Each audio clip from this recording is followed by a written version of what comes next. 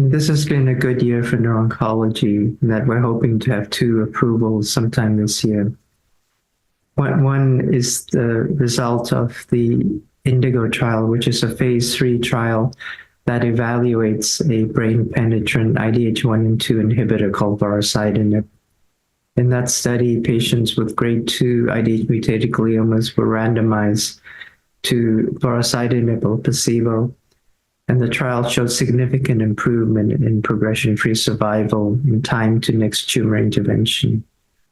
It's also a very well-tolerated drug, and so hopefully by the end of summer, the drug will get regulatory approval.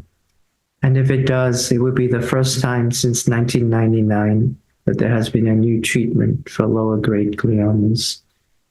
One of the advantages of this type of drug is that potentially after surgery, patients can go on the drug and you can delay radiation therapy and chemotherapy. The radiation therapy and chemotherapy works, but because patients live many years, they get almost inevitably the delayed neurocognitive consequences of the radiotherapy. So having a treatment that could push off the start of radiation for hopefully a number of years would be a huge advance.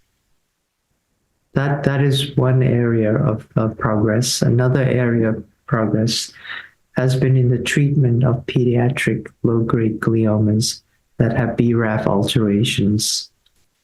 In particular, pilocytic astrocytomas, which are very common in children, have an alteration called BRAF KIA fusion.